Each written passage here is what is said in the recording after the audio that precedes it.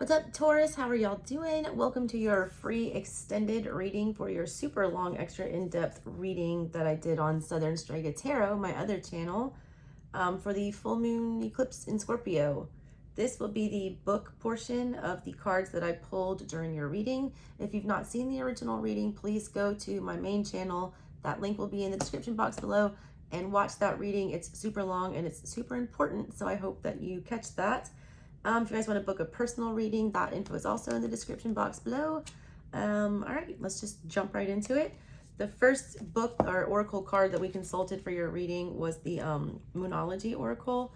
And you guys got the adjustments are needed, third quarter moon. Where is that one? Adjustments are required, third quarter moon. This says, think of yourself as a vessel that has been filled more and more over the past few weeks. Some of what has come your way may have been wonderful, but there's also a lot of negativity, and you need to let go of this. Whatever situation that you're asking about now, be honest about whether there are toxic emotions involved, which you need to release into the ethers. This card also comes with the promise that all is not lost. However, there are changes or adjustments required before you will get to where you want to be. A change of course is forecast for now, that the recent events have been understood and acted upon. There may also be a crisis now, which will remind you what you want and what it's time to let go of, so pay attention. The way you can attune to the moon during this phase, it says, I am reevaluating the situation. That's what they want you to be looking at. Additional meanings for this card, it says your life may be out of balance, and this may be causing your issues. It may be time to hatch a whole new plan. Something new and exciting is around the corner. Trust may be required to move the situation forwards. The teaching. At the time of the third quarter moon, we know where we have been, but where are we going? The moon is now half a moon and slipping away from us as she catches less and less light, moving towards her full disappearance at the new moon. It's a time of falling away and a time to reevaluate. No matter when you draw this card, the teaching is to release and to trust. Let go and let the gods, or God, whatever you believe in. I don't care. It's all the same to me. Let's see here. Next, we got into the astrological oracle cards here, and we pulled a planet and a zodiac sign. And you guys pulled Mercury, and you pulled Aries. All right. So let's see here what it says about Aries. Aries, the ram, element is fire, planetary ruler is Mars. That's the card you pulled with it. So look at you. The motto for that card is I am. It says the natural leader of the zodiac. Aries brings a fiery force of will to every endeavor.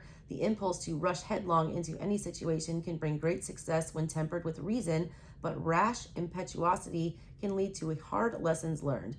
Aries is dashing, forceful, and a bold risk taker. All right. And you guys had that coupled with Mercury.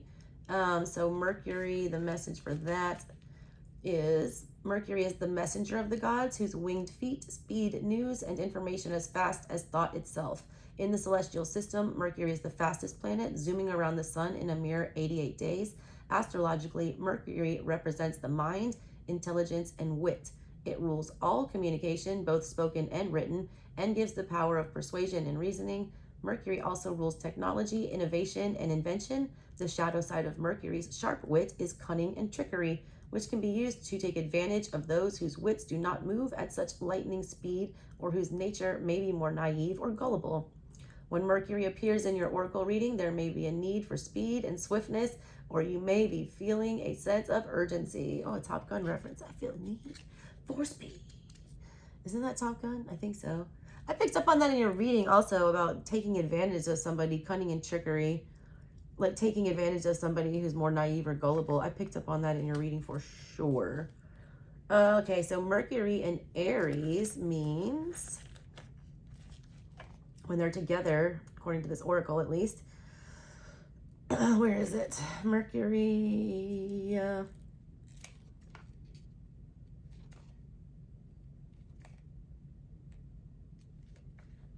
Where are you?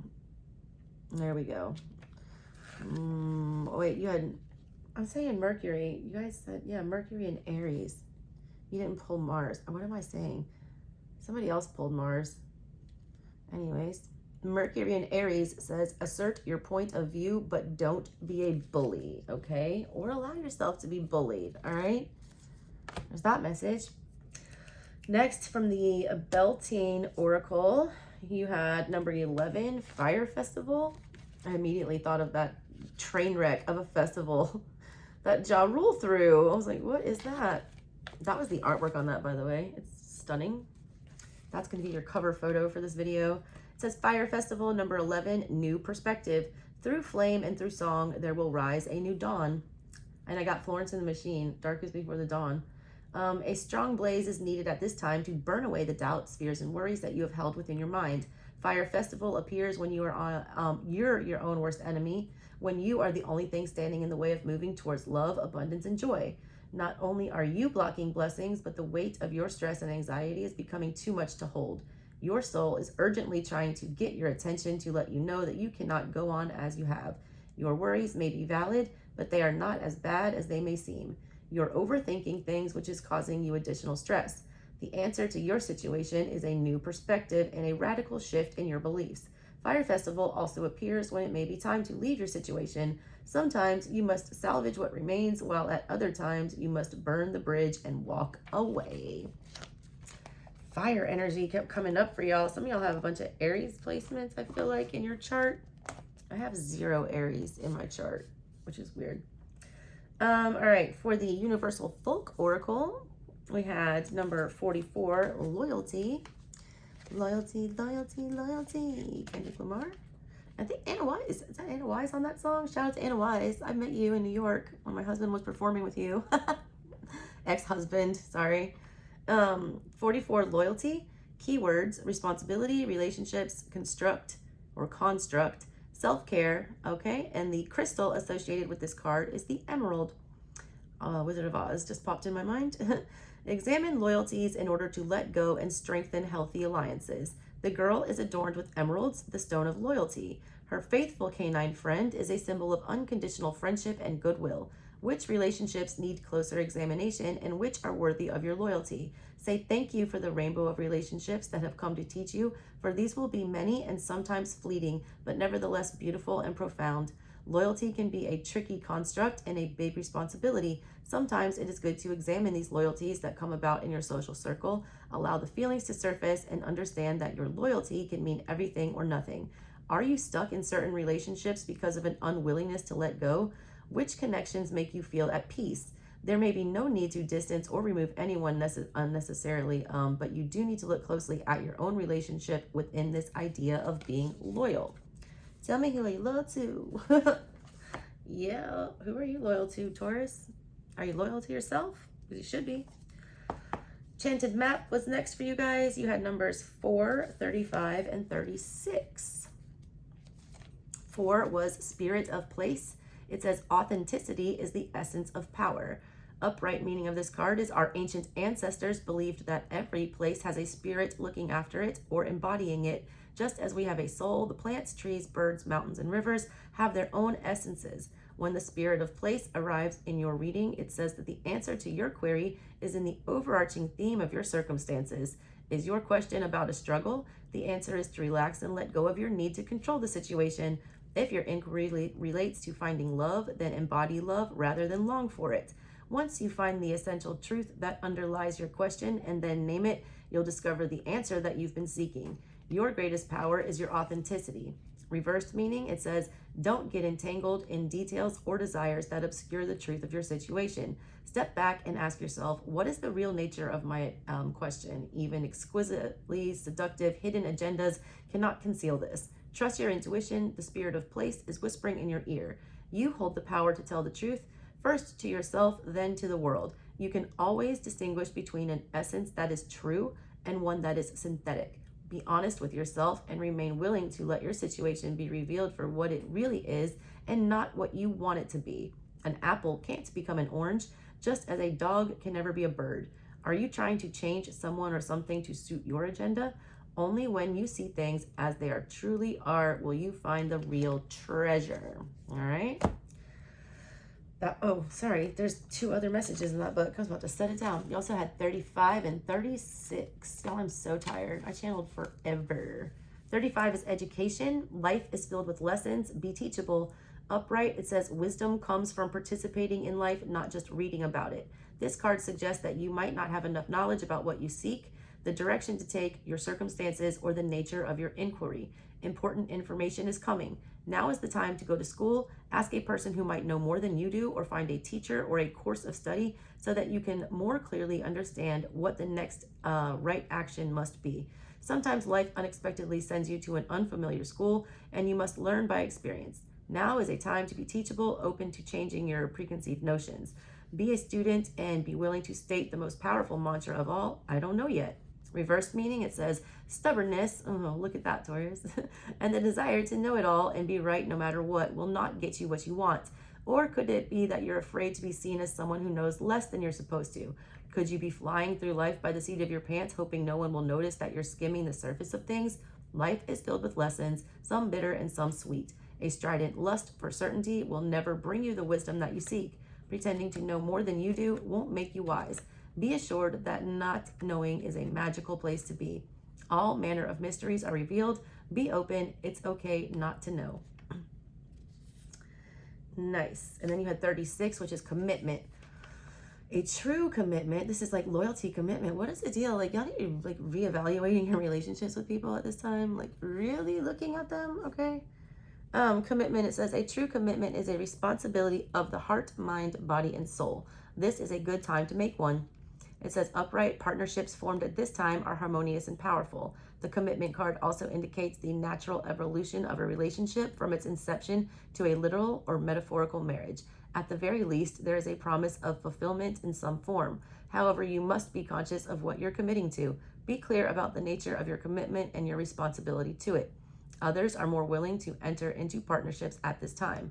Remember that your partnership with spirit and the highest version of your own self will engage in the highest self in another.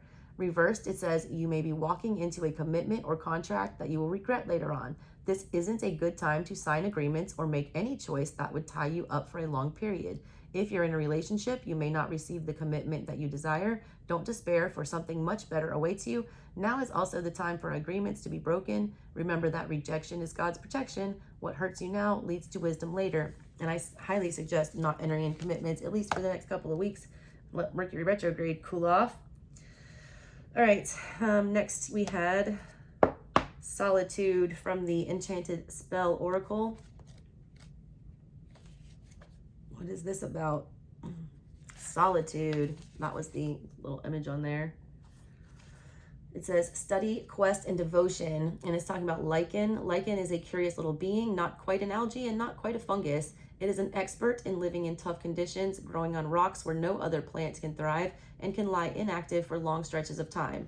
Lichen teaches us that times of solitude are sometimes necessary. There comes a time to honor the hermit, to gather the lost pieces of ourselves, to study, heal, and practice silence. Soon you will be ready to join the world again with renewed power and resilience.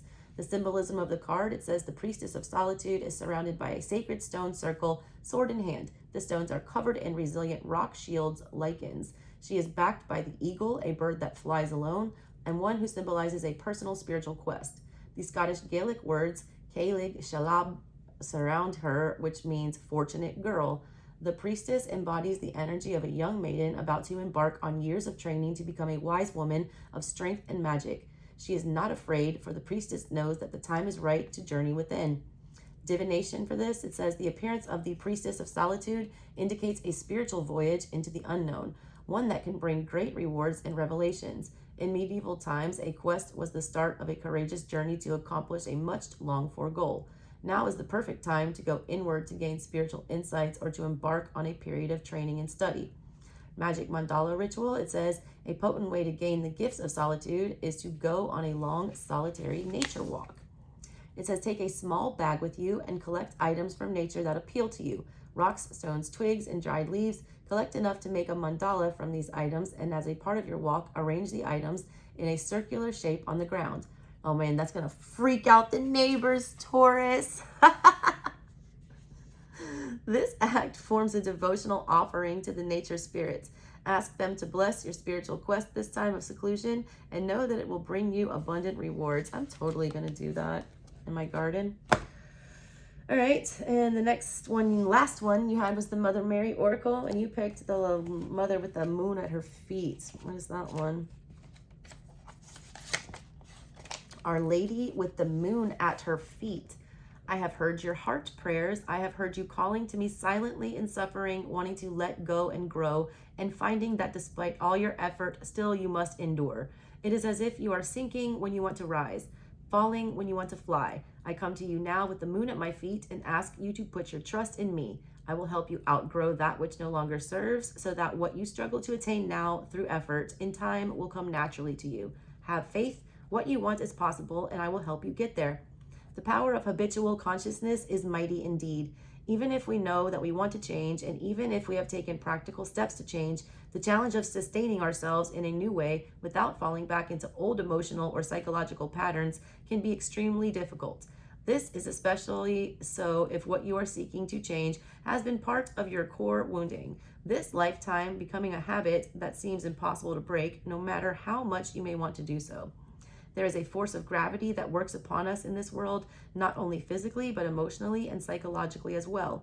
It is why, despite tremendous desire and effort, change can be difficult most times, and sometimes even seem impossible at other times. To be able to grow in life requires that we be able to intelligently respond to the challenges that are a natural part of being a human. Sometimes those challenges will be self-created, and we will want to let them go.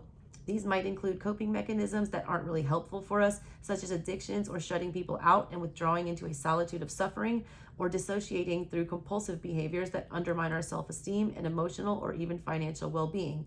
Sometimes the challenges will be circumstances imposed upon us by time or by others, and we cannot control that situation and need to find a way not only to bear it, but perhaps even, if we are feeling bold, to transform it from something negative or frustrating into an opportunity to do things differently and feel more freedom. What is needed for transformation, for healthy growth, is strength, patience, and the ability to respond intelligently to life's challenges with a view to making them work for your own personal growth. However, sometimes all of this is just not enough. Sometimes we move this way and that, we wait, we apply ourselves, we take practical steps, and still, despite our best intentions, we may feel ourselves sliding backwards into old habits, old patterns of thinking or being, old emotional patterns. We might not even see them as patterns. We might just instead think that it is a way of life or that there is nothing we can do about it, but this is not true at all. In such instances, what is needed is the loving intervention and assistance of a being that is more powerful than the gravity that we are unable to counter through our efforts alone. There is no shame in this. In fact, there is wisdom in recognizing when help is needed and in accepting it. Like a growing plant that needs a trellis until it has stabilized itself, so do we as humans need divine support at times along our path as we are mastering new levels of consciousness, new habits, new ways of being. If it was easy, everyone would be living exactly as they wanted to be living without any struggle. Clearly, this is not happening in the world as often as we may wish. The Divine Mother will help us move through our struggles, if only we allow her to do so. Her being, her love, is more powerful than our greatest forces of habitual consciousness and behavior. The miracles of her healing can transform even the most stubborn pessimist into an active optimist.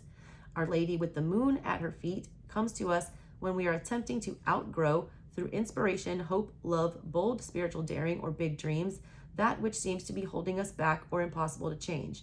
She tells us that through her intervention, we can find the support that we need and as we face the challenges of growth.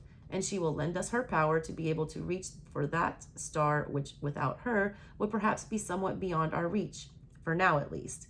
She also tells us that if we are feeling boxed in or diverted from our higher purpose in life, she will help us out.